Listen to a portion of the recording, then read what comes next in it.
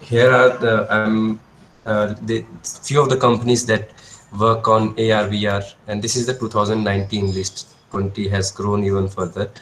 So you can see there are quite a lot of names. So like if we start from the bottom, so companies that provide infrastructure, which means which provide VR hardware. So you can see there are quite a lot of names in that particular section. Then which provide tools and platforms, which means which provide software for creating VR solution. So again, number of companies increased. Then the companies that actually make the content or make the application for VR, that is enormous. And this year, into 2020, it has even grown further. Uh, uh, for 2 points, one is the gradual increase of this kind, any kind of technology. So this is the latest. So this will, as you know, that every technology follows a curve. So there's a peak. So okay, so this is nearing. So this is the very start of VR, which means currently it is going through a rapid growth phase. So you will see a lot of companies coming into this, and that's the phase we are going through now. So that's reason number one. And reason number two is because, as we know, what we have gone through, what the world has gone through in the last 1 year, and many new applications for VR also grew with it. For example, uh, in the very start of it, I could see there are many companies which are coming in with their solution for VR meeting rooms, in which each participant will be present in term of avatar, just like we are currently meeting. But instead of just doing the video conference at the top, what they would have is a full VR scenario in which you are represented by an avatar of you, so you can do the physical movements also to emphasize your point and making such meetings more interactive. So that was one of the new means application of VR that grew in this particular phase. And then, of course, for education, so education saw a very rapid increase in VR implementation because of the basic reason that students could not be in the campus, but they still needed guidance, practical guidance, which could not be provided at their houses. So VR jumped in and provided that kind of solution. So, yeah, so this is the current scenario. There are a lot of companies, I won't mention their names, so you can see the logos. So, what are the various applications, and what can be its requirements? So applications are enormous, as I said, and it is just growing. So it is at the very initial phase of its uh, exploration, and currently the very big markets for it is, it starts with gaming and entertainment, which is currently phasing out, and more practical, more physical world related applications are coming in. But this is where it started: gaming and entertainment, all the recreational activities. For example, if you just Google VR videos, right? So most of the videos that you will get is like um, you in a dinosaur world, or you on a roller coaster. So all those kind of scenarios that are exciting, and that are very appealing. So such kind of scenarios were used to be created in VR, and shown to you through VR headsets or even your mobile phones. And so the idea there was to immerse you into that kind of technology. And uh, there's no better way to introduce a technology to someone than gaming, because that's the most appealing uh, uh, application a technology can have. So that was there. So for it, what was required? Just some VR visualization headset and a handheld controller, or even if controller is missing, that is also fine. So you could just like, for example, I told you one of the application, like roller coaster ride in VR. So you just sit down, put on your VR headset, and just visualize yourself going up and down, and it actually uh, creates the kind of effect that you would feel when you're actually on a roller coaster. And then in those scenarios, VR is more of a virtual thing and less real. So for example, the scenarios like roaming around in dinosaur world, that's far from reality, but it is virtual, it is more appealing to its user. So, and that was the key idea behind it. But later on, so some of the companies, they found its application. So just as, when you do gaming seriously, it becomes sports. So they came into sports. So, for example, there are few companies in India which are venturing into VR for cricket, because cricket being the most uh, popular game in India. So what they're doing there is, for training purposes, they use mm, VR. So in VR, you will they will visualize actual cricket ground. You will be There will be some bowler who will be bowling to you, and you will have different sensors all through your body and even on your bats. So the action that you make, that will create certain data, and that data will be analyzed later, that whether your stance was good, or whether this kind of in the way you are playing, will it help in scoring more or less, and even like what the good players, the actual famous players, what they do. So they take their observations as well, their body data as well, and try to match it with yours so that you learn faster, mimicking the activity that actual good players make. So that was sports, and then finally we come to operator training. So sports, you can say that that was coming more towards reality, but still there was no very hard and fast rules behind it. Like you can hold your bat the way you want. You can even if it is football, you can kick it the way you want. So there is no rule that it should be done this way only. But when we come to industry, there are certain rules. So every process that works in industry can be mathematically modeled. So when a certain raw material goes from point A and is taken out at point B, there is a series of activities that happens in that process, and each of those activities can be ideally modeled through some mathematical equations. So if we want to create an operator training simulator, it has to be as close to the reality as it can, and so that requires not just a VR means software or VR visualization, that requires a equally good dynamic simulation of the process. So which brings one more factor into it, that you have to simulate, you have to model the dynamics of the process that you want to visualize in VR. And then there should be, because not so VR, as I told you, that VR was created with entertainment in mind. So definitely you won't find any physical system dynamic simulation inside VR. So there will be some other software which is doing that simulation, and you will be communicating it with VR and finally visualizing it. So there need requires a real time communication software or a platform of, or a protocol which communicates everything that you are simulating in your simulator with the VR, so that you can visualize. And if you want to interact also, then your physical movement or whatever physical action you are doing in VR, that should go to the simulation software in real time. Then only it makes sense. Like even a gap of 1 or 2 seconds would result in something different. So that is required. So here we can say that the solution should match the reality to its limits as much as you can. There's always a limitation. Not all physical or environmental factors you can simulate, but as much as you can, that much you should match your VR and simulation with reality.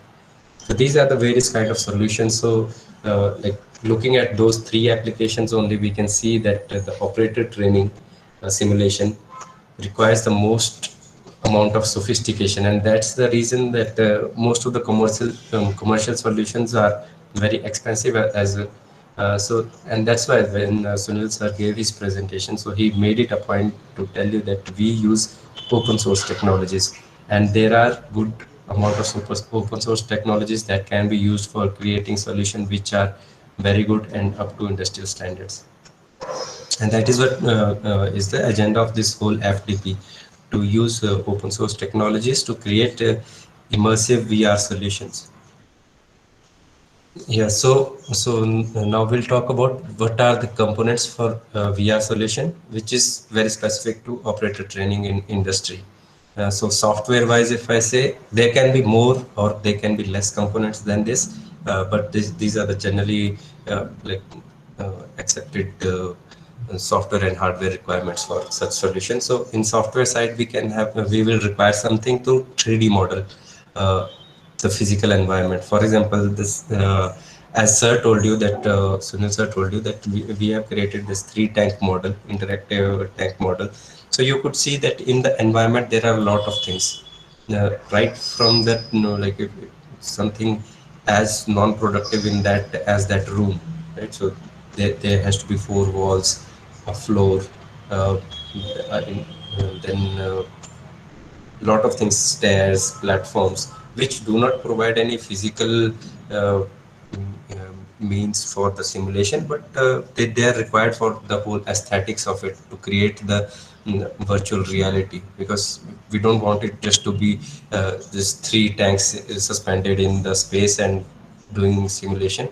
There has to be whole world around it to be created. So we need a 3D modeling software which can create that space, as well as the necessary components. For example, the tanks, the pipes that run the fluid, then manual valves or regulators for power, or a control panel, and it can be anything. So based on the requirements, based on the experiment that you want to perform, it can be anything. So there should be a software for developing those 3D models.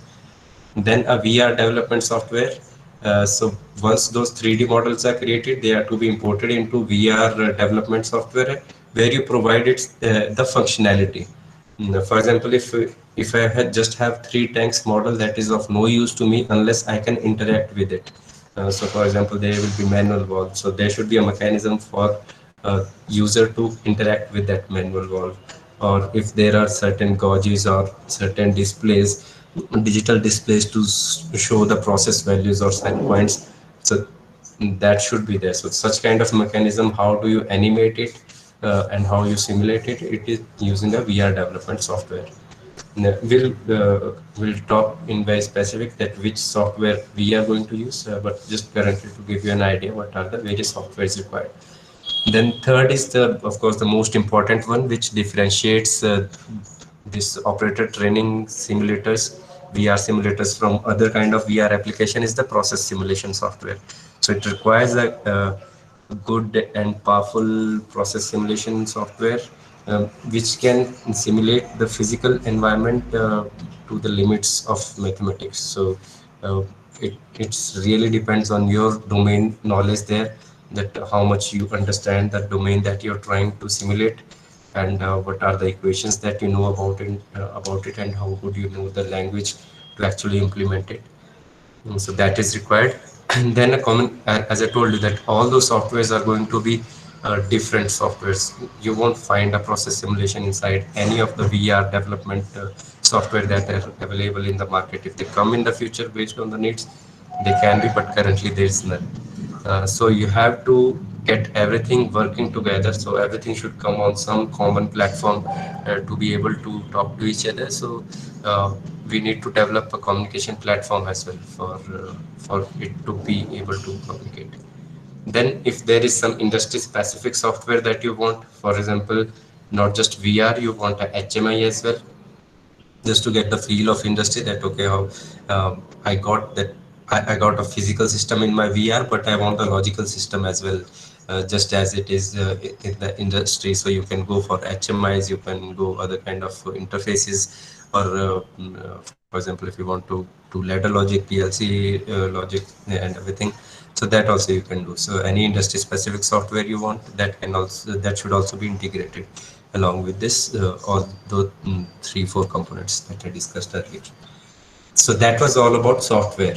There, as I said, that there can be more components depending on your requirements, but this is the generally accepted rule, that at least this is the minimum. Then, in terms of hardware, now Of course, you'll need a good computer for running simulation. So simulation, you cannot like as of now, you cannot run it on your phone or any VR headset. So you will need a good computer for running the simulation that you're trying to build. Then you will require a VR headset with handheld controllers. So VR, if you just want to visualize, VR headset is enough, and uh, and that VR headset can be anything. It doesn't necessarily need to be the expensive ones like Oculus or HTC Vive, etc. It can be simply your mobile phone, and which is what we have created for PMS.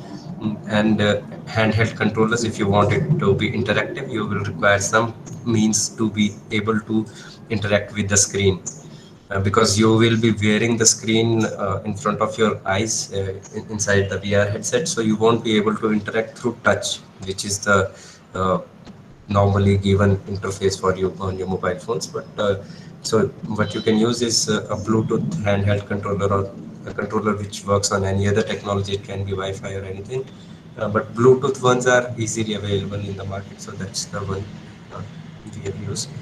Otherwise, the more sophisticated VR headsets, they come with their own handheld controllers, and also spatial awareness devices as well. So you will get sensors uh, which can simulate your presence in the environment. So there are such kind of sensors are also available, but the bare minimum that you require is at least this, that a VR headset. It can be Android one, and a simple Bluetooth handheld controller. Then, if you are going for some industry specific solution, then you may require industry specific hardware as well. For example, if you want to interface PLCs with it, okay, so PLC can be software also, which is what we are going to do. We are going to use Corsys, which is a soft PLC, or it can be a hardware PLC as well. And hardware can range from a simple Raspberry Pi that you know about to any kind of industrial PLC available. Uh, Only thing that, of course, you will need a communication platform to link to that. Uh, so that's about the how, what are the various components when you try to make a VR solution. So, as architecture, to give you a very brief about the architecture, what it would look like. So, on the very left side, we have a VR headset here, which is Oculus, and so you will require at least this any kind of VR headset. As I told you, that even an Android one, which you get for very less price in the market, you don't have to spend a lot of money on that. So that is there, and Bluetooth controllers also you get for equally cheap price. But yeah, if you want more sophistication and good visualizations and all, then of course you will have to go for a more sophisticated solution. So this is a Oculus. Then in the middle is the simulation, so process simulation, where all the physical work happens. And if you want any industrial specific hardware and software, for example, HMIs, PLCs, DCSs, or microcontrollers, etc., then that also you have to include in the complete package. So what are the various available components? So I'll start with the 3D modeling softwares that are available. So there's Blender, which we are going to use, which is open source, completely open source, and multi-platform. It's available for Windows as well as Linux systems. Then AutoCAD, Maya, Autodesk, various version like Revit, Fusion 360, Inventor, etc. Then Dassault systems have CATIA, then SketchUp is there, then Catrio is there. So there are various such modeling softwares. So those who are from mechanical background, they would know some of those names because they come across those softwares quite often for from the point of view of doing engineering drawings. But even for others, you might have come across those at quite a bit. So these are various softwares which are used for creating 3D models. Now, 3D models can be physically accurate. For example, if you use CATIA, SolidWorks, all the Dassault system ones, they can be made to be very physically accurate, like up to the millimeter level. And if you just want a representation of something, that can also be done. So for example, for that we use more commercial animation kind of softwares. Maya comes into that. Then Blender also comes in that category. Blender is kind of a mix of both. You can have a good physical appearance as well as the physics behind it. Both of the things you can have at the same time. Then VR development software. So as I show you initially when showed you the pyramid of current VR scenario. So the very bottom one was the companies which provide VR platforms. Not the bottom one, but the middle one, which provide software for development, not software for usage. So not the application that the final user would use, but the applications that a developer would use to create the end user application. So there are many companies which are doing it, and some of them are listed here. For example, we have Unity 3D, which is what we are going to use. So it's partially open source, given that you don't use it for commercial purpose, and your commercial benefits from that don't exceed certain amount, you can use it for free. For example, we are using it for training only. So as a student, as a teacher, faculty, or even as developer, we can use it unless we are making uh, good amount of money out of it. Then we have Amazon Sumerian, Google VR. Google VR is completely open source. Then Unreal Engine, CryGenie, TDS Max, Maya, Oculus Medium. So there are many such kind of softwares that are available in the market.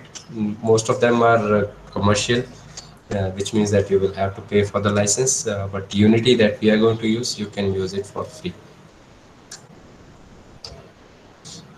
Yeah, so then the process simulation software. So as all of us here are from engineering background, so we this is the thing that we would relate to the most in the uh, whole of the session, because this is at some point of the other we all might have used at least MATLAB. So there are many process simulation softwares that are available in the market. Anylogic, Modelica based. There are various simulation softwares. Open Modelica is one of them. Open Modelica is the open source implementation of Modelica language. So which is what we are going to use. Then we have in open source only we have Scilab and Octave. Then MATLAB and Simulink are of course commercial, but for education, I guess we get a good deal with them for the licenses. So yeah, you might have used, and I've seen that in academia, this is very extensively used. So you might be aware of it. Then SimScale, Simulate, Console, Multiphysics. So all those are the various process simulation softwares that are available. So the idea behind telling you all this was that the solution that we are creating is not an absolute solution. That's not the only solution that you can create. There are various softwares available for creating the solution. Most of those available softwares are commercial. And so what we are using, what is best in the open source world. Then VR hardware. So as I told you that VR hardware can simply be a like VR box. If you search for VR back box on Google or Amazon, you will find several VR headsets which come for a very good price and not very expensive. So that can also be used, but the most famous one or the commercially available one are HTC Vive. Then we have Oculus.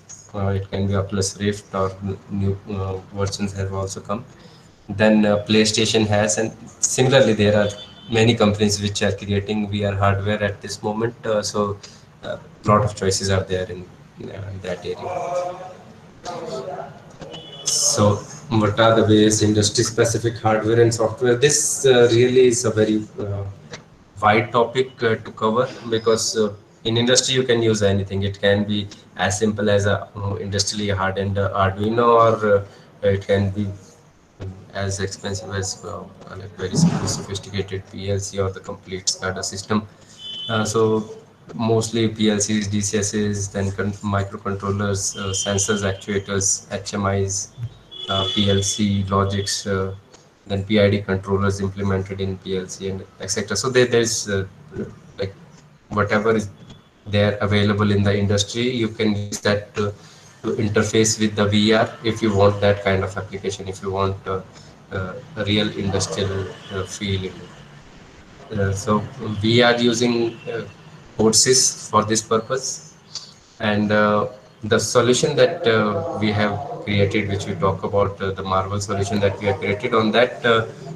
For that, we are running the courses on Raspberry Pi, which is a commonly available uh, microprocessor, which runs a version of Debian Linux on it. So similarly, you can use any other kind of hardware as well. And for this particular FDP, we are not using any external hardware for this. We will be making your, we'll be converting your computer into a PLC. So essentially, we are using just soft PLC, no hardware connection to anything. So what? Okay, so these are all the components, hardware and software components. And so what relates them all is communication protocol. So communication protocols, there are many. TCP, UDP being the most famous one uh, for small applications. Then we have OPC UA, which is a very fast-growing industrial communication protocol. Then we have Modbus communication protocol, which is quite old, and those who are from industrial instrumentation background, they would know about it. Then serial is also there, Wi-Fi is also there, Bluetooth is also there. And similarly, you can have any kind of media or any kind of protocol for implementing this. It can simply be a inter-process communication using shared memory or pipelines as well. So out of all those, we are going to use UDP for making the connection between our VR application and the simulation, and OPC UA. I'll tell you how to use it in the simulation side for interacting, for making any interactive application with anything outside OpenModelica. So OPC UA is internally implemented in OpenModelica, which provides a very good interface for making it to talk into the outside world. That outside world can be another software or can be hardware as well. So these are the two protocols that we are going to use. Similarly, like those who are from CSC background or networks background, they would be familiar with other protocols as well, and it's up to their needs. So as we told in the beginning itself that it's a multidisciplinary activity. So not necessarily that single person would be able to make the complete solution. We'll give you a very good introduction about it, that you will be able to make at least a bare minimum such system. But essentially, if we are going for a good product, good finished product, that would require expertise from various lines of engineering. So you could see that hardware knowledge would be required if you are interfacing hardware or PLCs. Then, of course, CSC would cover the most of the requirements in terms of VR as well as the communication. And then, of course, we have mechanical guys who can uh, simulate the process on the simulator as well as build the 3D models for running them in the VR. So Marvel, that's a solution that we have created and actually implemented already in BMS. So that solution had like it had VR headset, and so which runs 3D VR models. It has manual valves and analog indicators. So for valves, for example, it was a connected heated tanks. So interaction would be by the means of turning manual valves, control valves. So that was there. Then for power, we had regulators, so you could move them. And so it socket link is the this UDP link that we have created with the OpenModelica, and all the VR development in Unity 3D and 3D models in Blender. Then on the simulation side, we had OpenModelica, which has on which we have created UDP as well as OPC UA interface. Then lastly, we had Courses PLC, which was running on Raspberry Pi, which was to give the feel of industrial software and hardware in terms of PID controllers and HMI screens. So that was the complete solution that we had created. So softwares to install. So this is so just to confirm that all of you have installed all the necessary softwares that were sent to you in form of a document. Instructions were also given. So I'm sure most of you would have installed, and I'll just show you after installation how everything every each software looks. For example, Unity.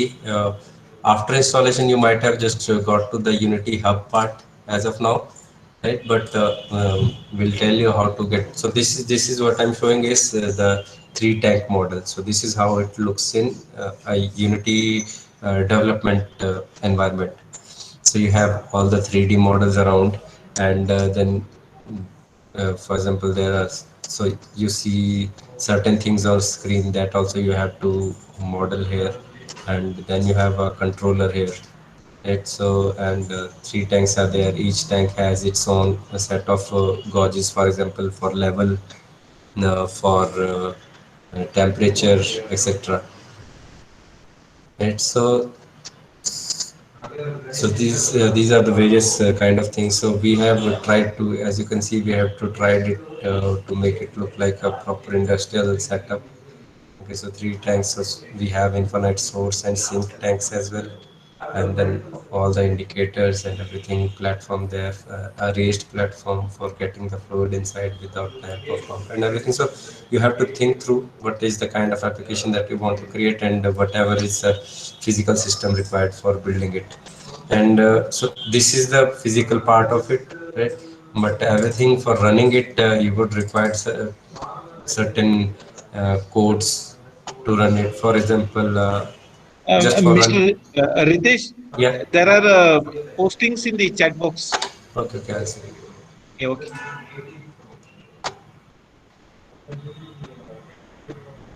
Yeah, yeah, we are going to go through the basics of everything that starts after this session. So right now I'm just trying to show you those who have not worked on it. So what are the various things? Okay, so this is the physical part of it, and what runs logically behind it are the C# scripts that you write. Okay, so just to give you an example, so this is one script that does just the valve control. Similarly, you have scripts for running different valves. Then you have for flow meters, then several other like for text display. So in the same manner, you will also be required to write C# scripts. And as I told you, like you don't need to have an experience on C# for this FDP. But of course, if after the FDP, if you want to pursue it further, you would require at least some good amount of knowledge for doing that, so that you can carry out on your own um, once you are comfortable with the whole environment. So that's about Unity, and then okay, the 3D model that I showed you in Unity, that was all created in Blender. So this is what a Blender model looks like. So here there is no animation or anything.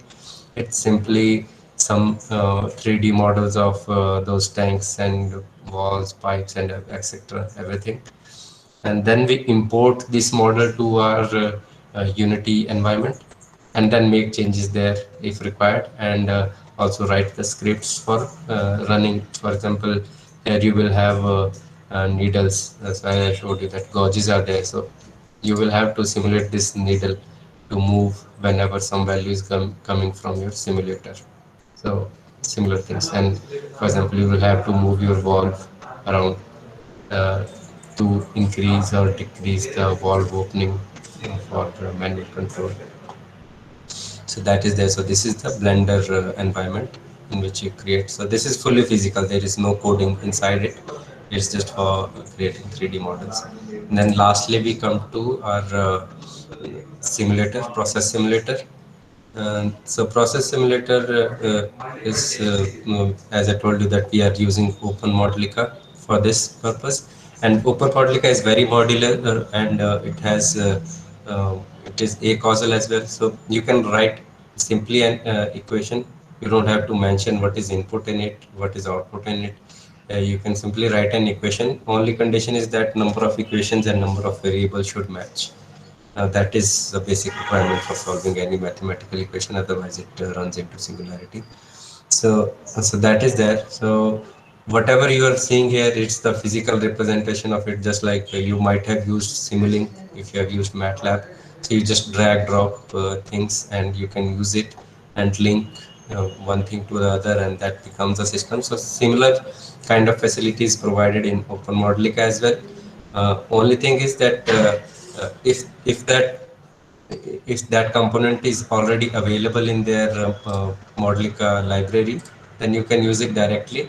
Or if those components are not there, then you will have to build it. For example, here we have those tank models. You can see that there are these three tanks and then source and sink tanks. So all of those things were actually programmed earlier, like they were created using text. Okay, and then we made it into a model, and then after once this model is created, we can simply drag and drop it and connect it to one thing to the other, for making a physical system.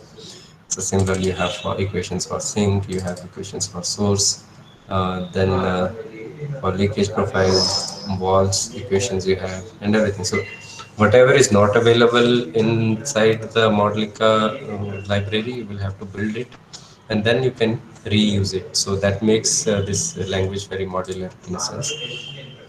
And yeah, so for example, communication also.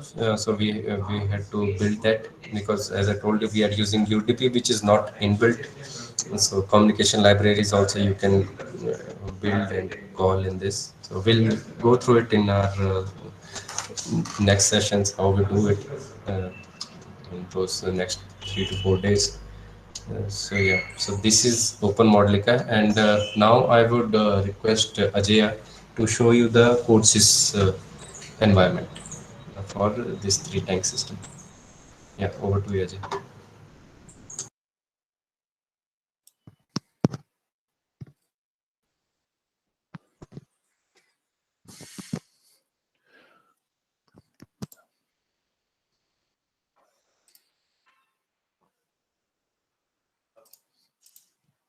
Yeah. Hello.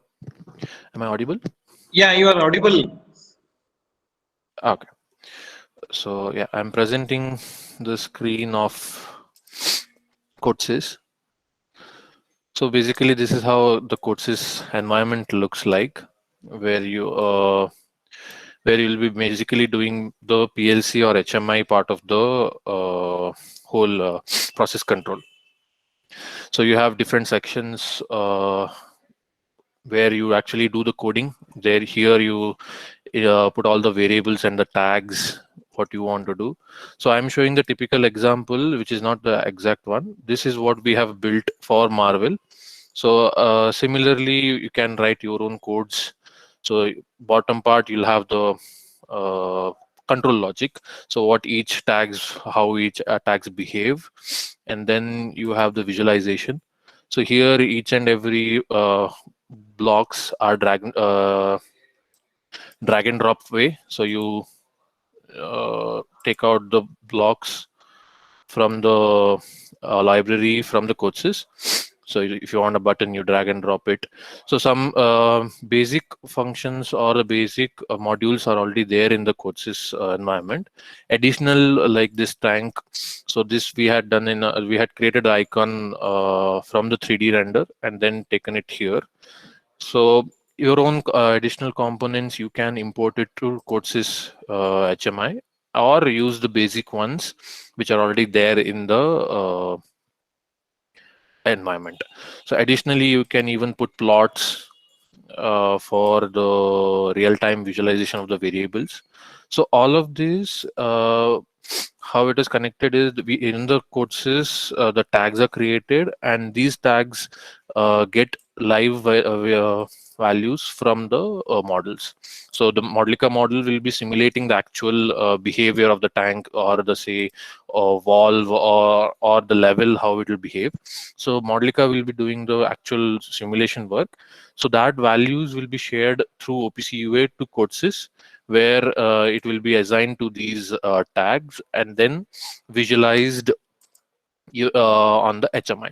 So it will be a web-based HMI. So whatever you developed in the CodeSys, and then finally when you run it on a PLC, so it will be put on a local web browser. So a server will be created for this, and then through the web browser you will be able to control or visualize the HMI. So yeah, that's about the basic environment, how the CodeSys looks like. Over to you, Ritesh. Yeah, thanks, Ajay. So now I would request participants, if you have any problem in your installation, like Sukumaran sir also had some, so you can share your screen. I'll look at the error. So if it is solvable, I'll solve it straight away. Otherwise, if it requires any further investigation, I'll do that later. Yeah, I had the problem. I already communicated Ritesh. So the problem is I'm not able to get the license activated. Okay, but okay, fine. Is Okay, it, I now after listening to your talk, okay, I think I made a mistake. There was an option to select one of the more than $10,000, something like that, okay, okay. whether your company. Okay. So I did not select the free version. Is it because of that? So you have to select that. So there are two options there. One is that you are a student and you are not using it for Yeah, commercial purpose, and one is that you are making less than $1,000. So yeah. $10,000. So any of the two options you can select. That would activate the free license. If you are going for the commercial, then of course it will require that license number. Okay, so I will try again, and Okay. Yeah. maybe that problem Yeah, will get you can resolved. simply go to the settings and license management. There you will be able to. Okay, thank you. Yeah, anyone else? Hello. Sir, in Unity Hub, Yeah. even for me, it is asking manual activation or manage license. Yes, yes, yes. So once again, can you share your screen? Yeah.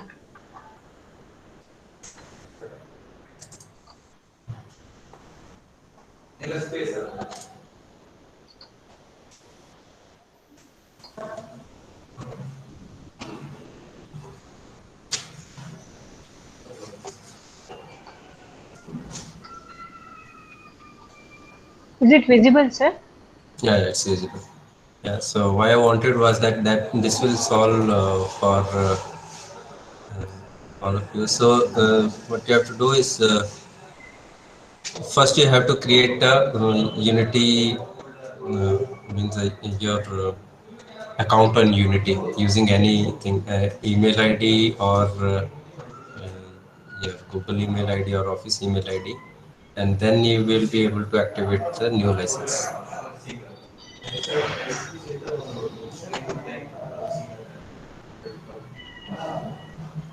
Sir, now what should I do, sir? Yeah, once you're on this screen, so you should be able to find where it asks for login. You have that? Um, it was asking actually. Yeah, so when you click on login, Okay. so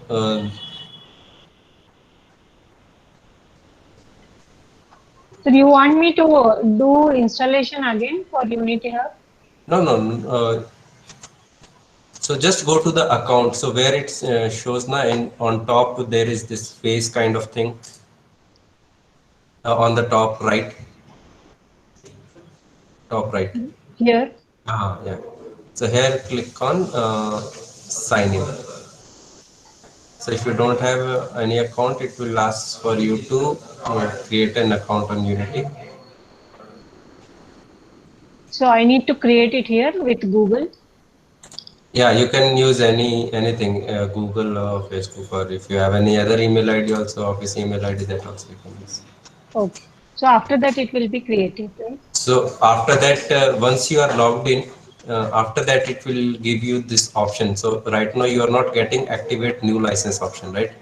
Okay. Yeah. Yeah. So once you log in, you will get this option also. Then you click on activate new license, where it will ask you what kind of license you want. So you will go for the free version, and then you can use it further. Okay, sir. I'll try that. Yeah. Okay. Thank you. Ritesh, Thank you, manual sir. activation is also possible, no, Ritesh? Yeah, but for that, I guess only the commercial one would be allowed. Okay. Yeah, so because it asks for a license file in that case, and license file you won't have. Okay. Yeah.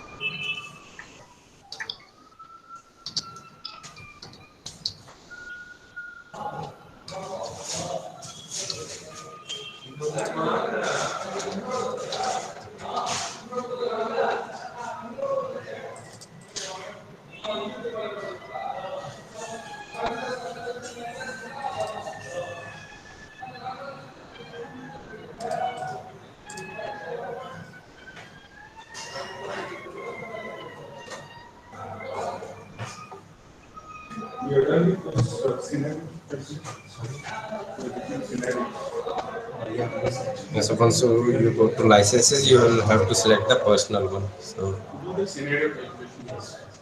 that will activate the free version.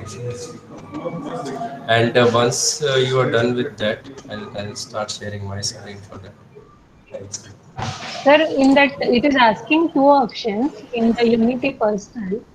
Yes. Uh, Select any of the two. It's fine. Yeah, you can select. I'm not using it in commercial. okay. Okay. Thank you, sir.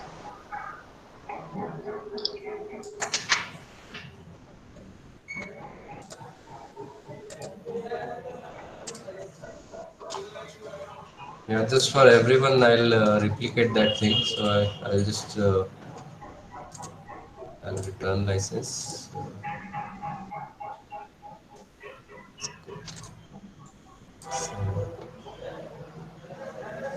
Okay, so this is what you will see when you at the very first point start Unity Hub. Okay, and this preferences you can get once you click on the settings. You can go to license management, and then you have to first sign into your account, which I told you that you can do using any account if it is registered.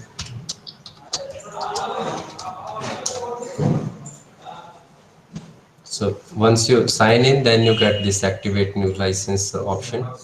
You click on this, go to Unity Personal. We can select any of the two options, then click on done. And then you will be able to see the personal license.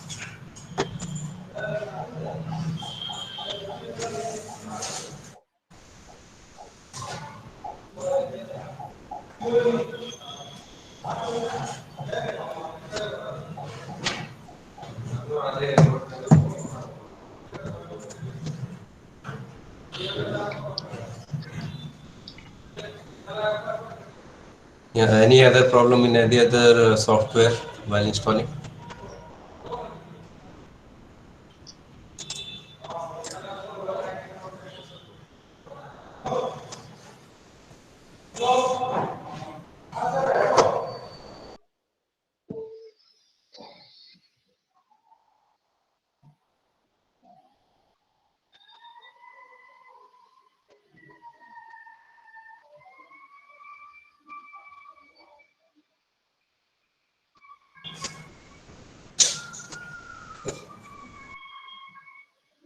So I guess nobody else has a problem in installing the softwares, which is good. Uh, and if you have any questions related to the topics that we just discussed in the architecture, or any general query related to the whole session, you can ask. You can unmute yourself and ask. It's fine at this moment.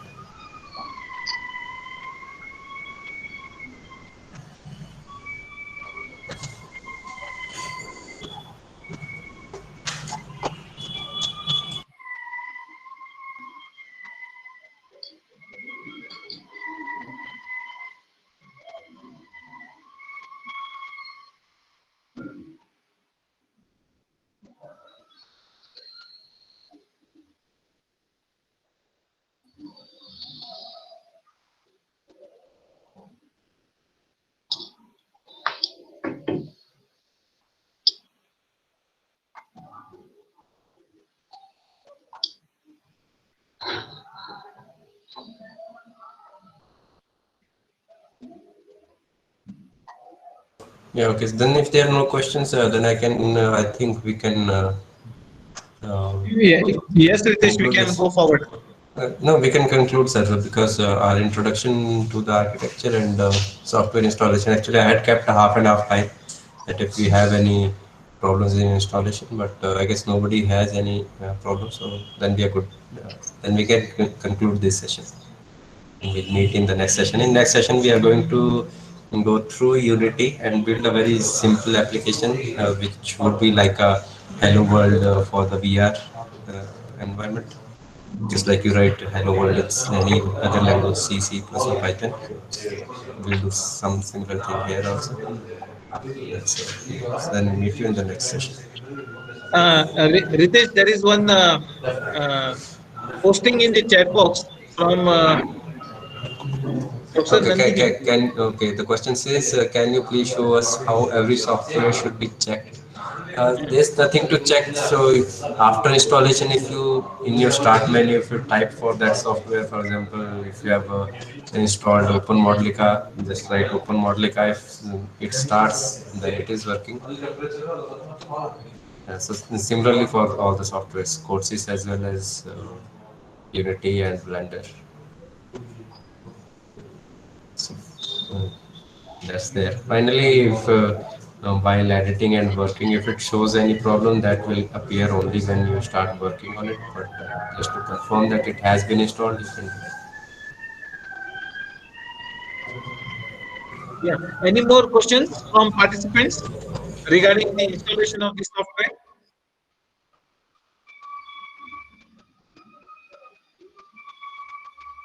Ritesh, Sukumaran here. Hello.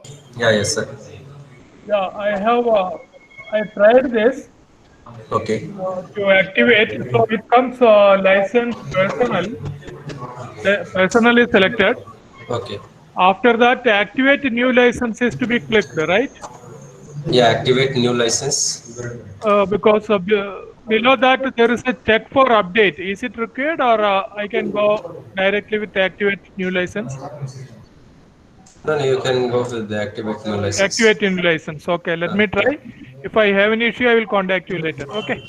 Okay.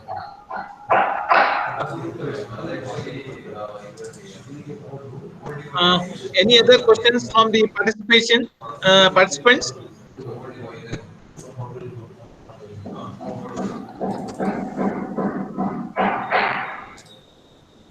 Um, Ritesh, I think there seems to be no questions from the participants. Yeah, okay, sir.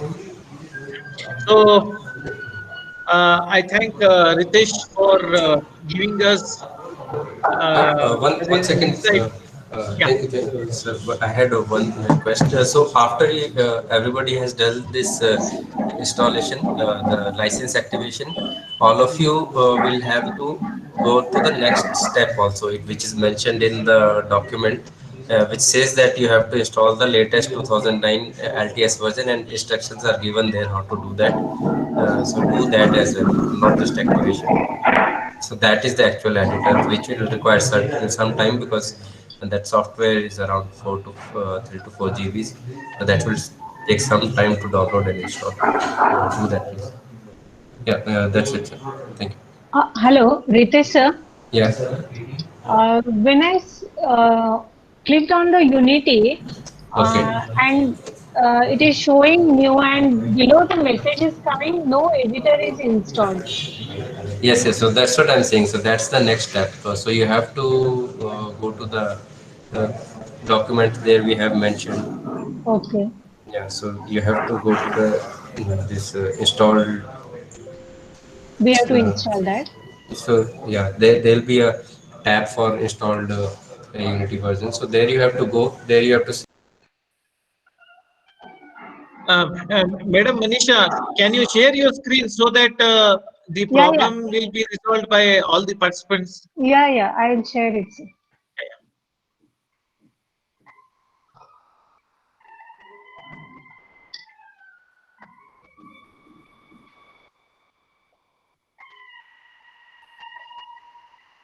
Sir, is it visible? Yes, madam. Yeah, it shows no Unity version and below message was coming. I had to install that. That's why I asked.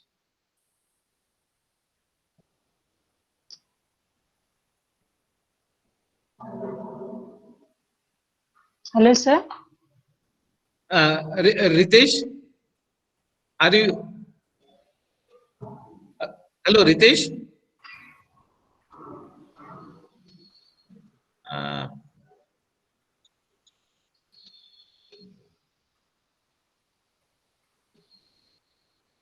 Ajay is here.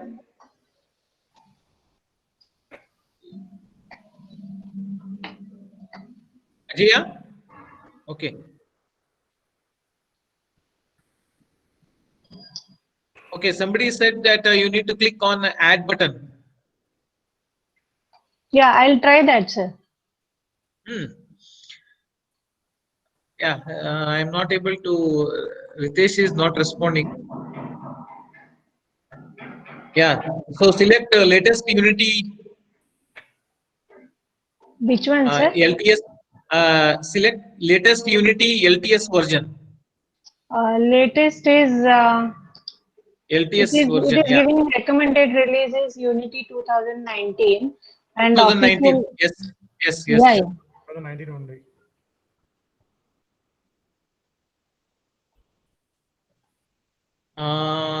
Then.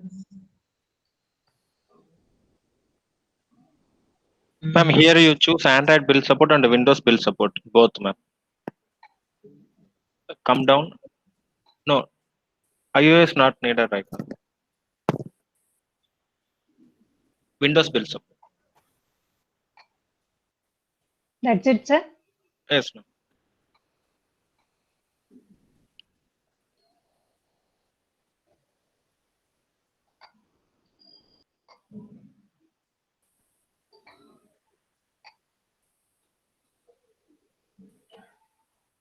It will take more than half an hour time, ma'am, to install. Okay. Okay, sir. Thank you, sir. Okay. Yeah, sorry, there has been some this network problem on my side.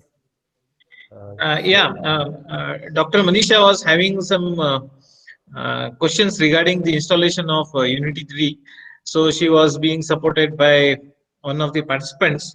So I think she will be able to install the Unity 3D now. Is it fine, madam? Manisha, madam? Yes, sir. Yes, sir. Done. Thank you. Thank you, sir. Okay. Any other questions from the participants side?